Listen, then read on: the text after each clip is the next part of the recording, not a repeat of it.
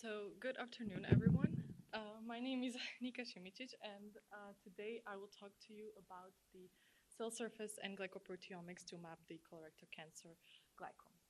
So, to just go back to the basics, to the biosynthetic pathway of glycosylation, when we look at the intracellular compartments, such as the Golgi, we have immature glycans compared to the glycans on the cell surface.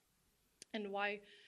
Just to give some examples on the importance of cell surface glycoproteins, one example is the IgG binding to its Fc receptor, and another is integrin interaction with the extracellular matrix, showing that there are many different functions, both in health and in disease, of cell surface glycoproteins.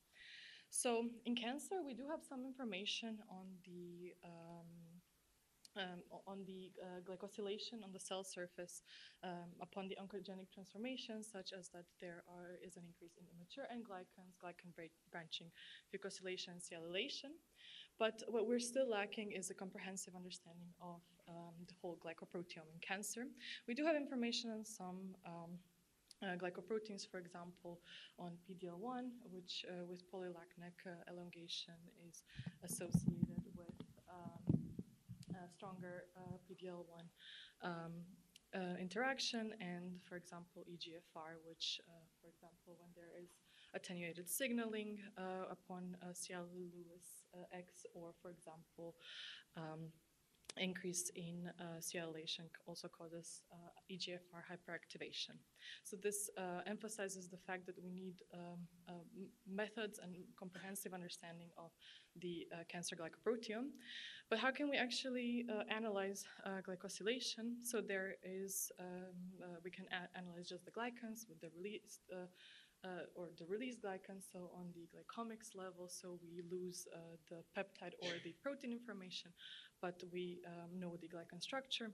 With the glycoproteomics, we get the site-specific information, so we know where the glycosylation site, the specific glycan, and also the peptide.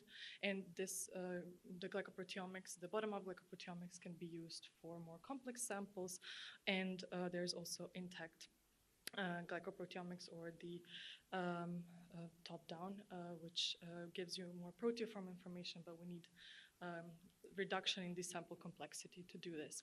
So we are interested in colorectal cancer, and as very nicely introduced, it has a variety of symptoms such as rectal bleeding, microcytic anemia, changes in bowel movement, and abdominal pain, and many predispositions associated with, such as sedentary lifestyle or diet.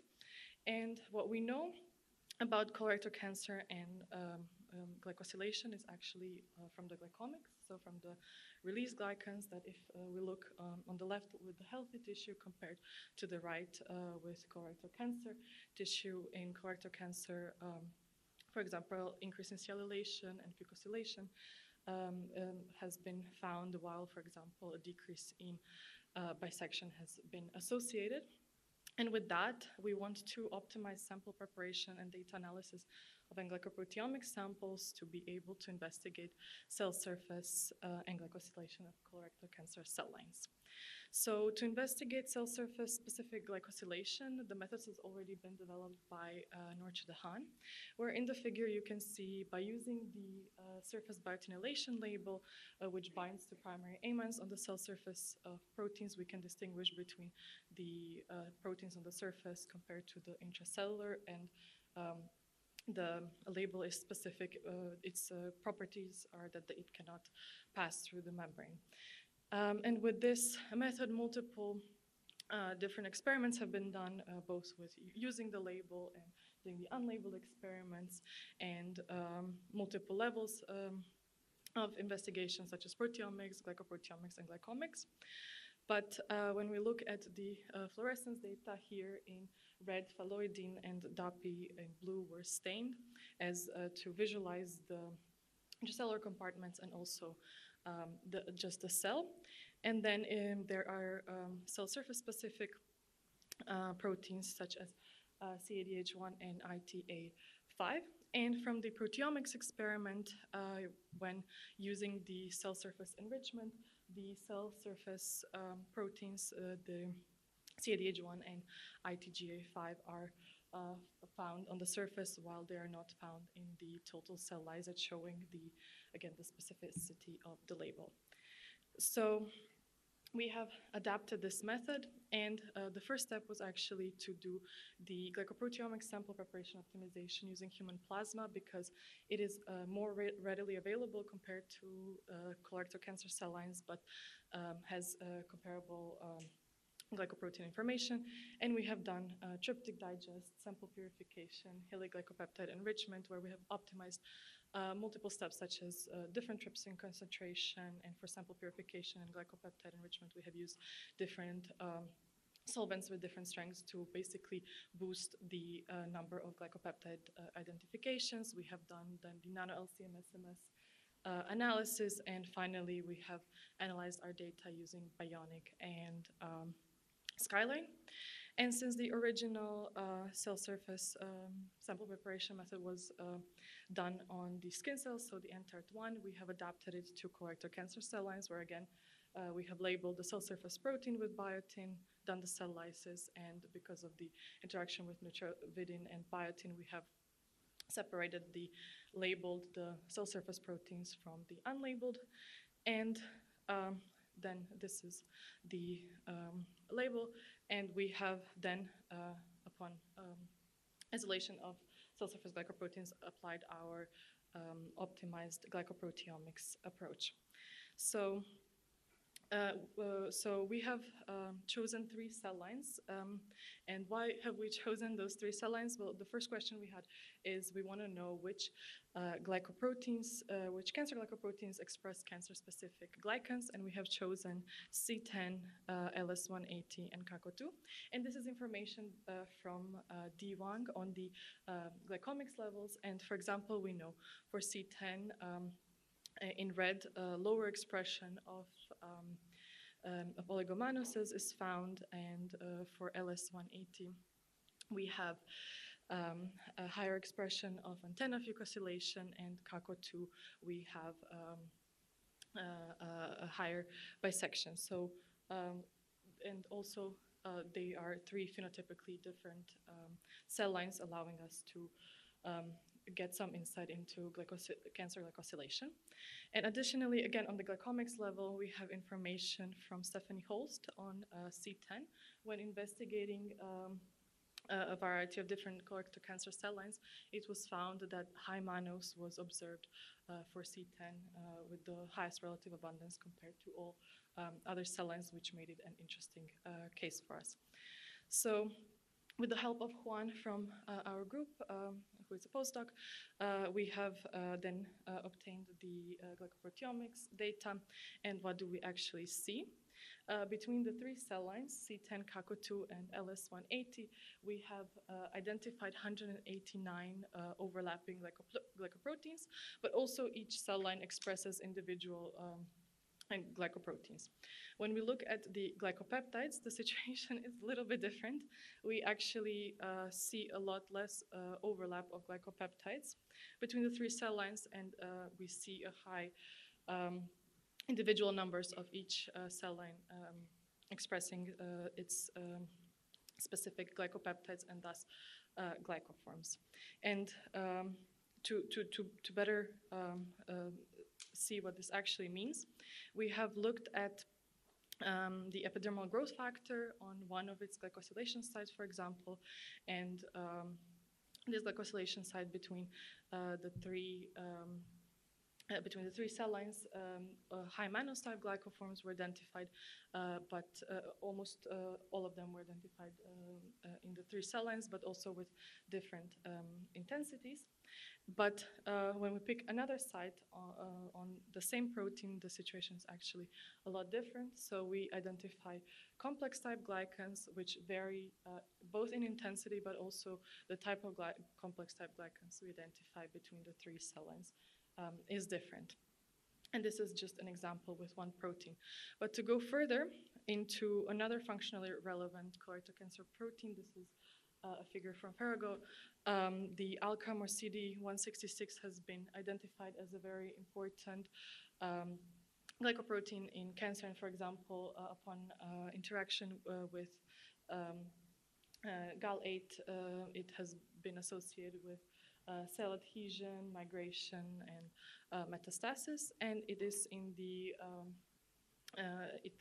it is in the IG group of glycoproteins, and it has 10 potential glycosylation sites.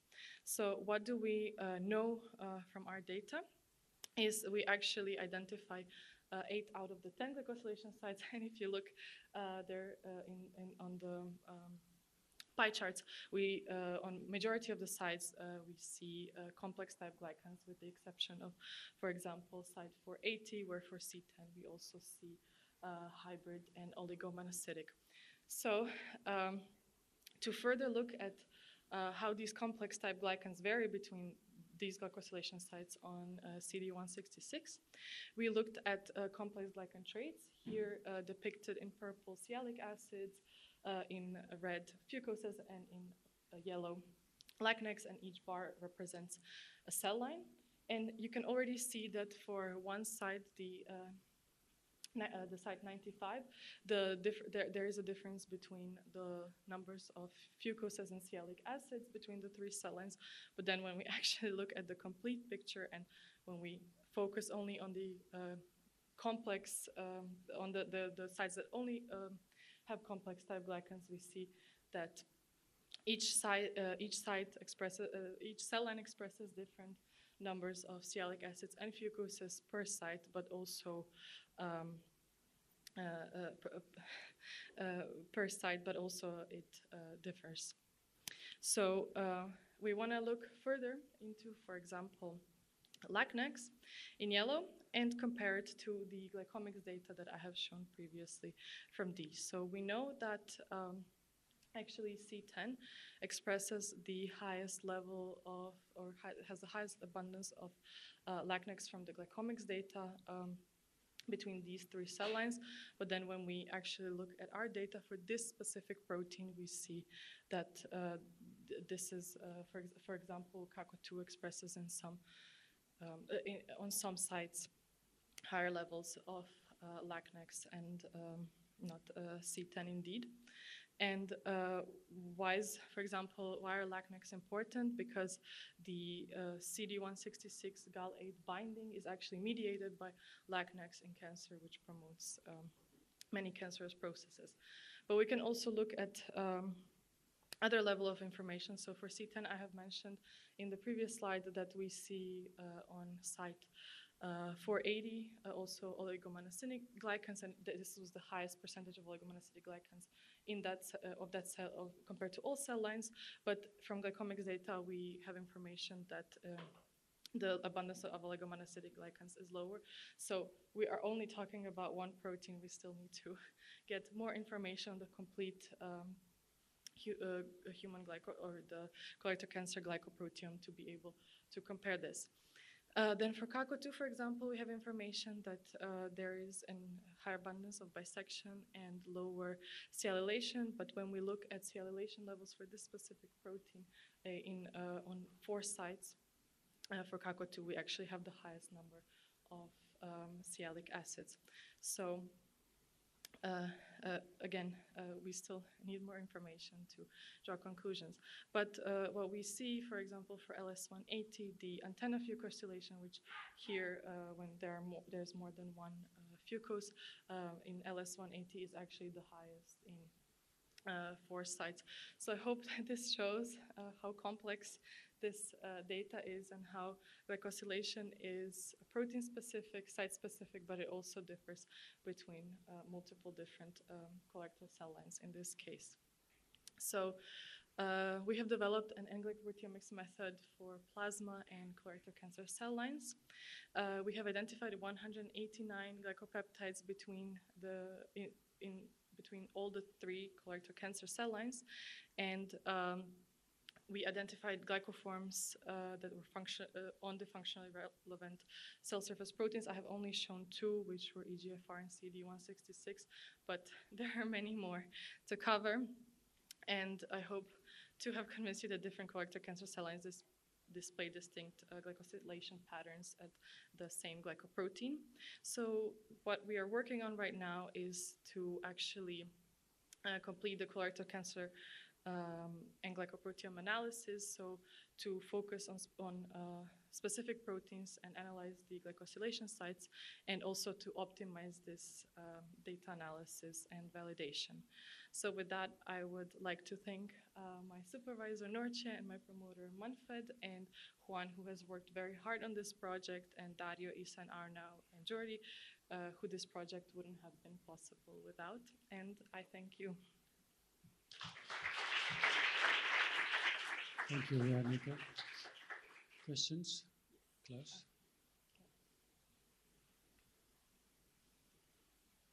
Thanks for a great talk. It's at the same time reassuring to see that you see this overlap on the level of glycoproteins among these three cell lines, and at the same time disconcerting that you don't see it on the level of the glycopeptides. And I was wondering, have you had a chance to actually look at the same time at human patient biopsies to see to what extent any one of these cell lines is more representative?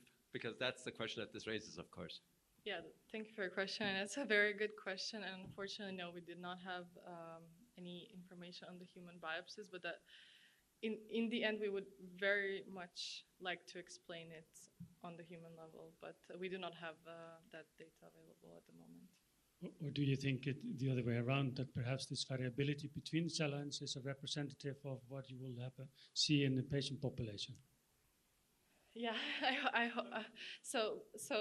have to tell you so far, so we have only analyzed 9 glycoproteins out of very many that I have shown, and I cannot specifically say how each glycoprotein can explain this variation and then connect it to the cell lines, but this is what we are working for, in explaining the biological variation between the cell lines and how it relates to these glycosylation changes that we see. But I hope that we will be able to, between these phenotypical differences, explain it in the end to the patient population. Yeah. Other questions? I had one question, but that was the same question. So. Okay. So thank you very much.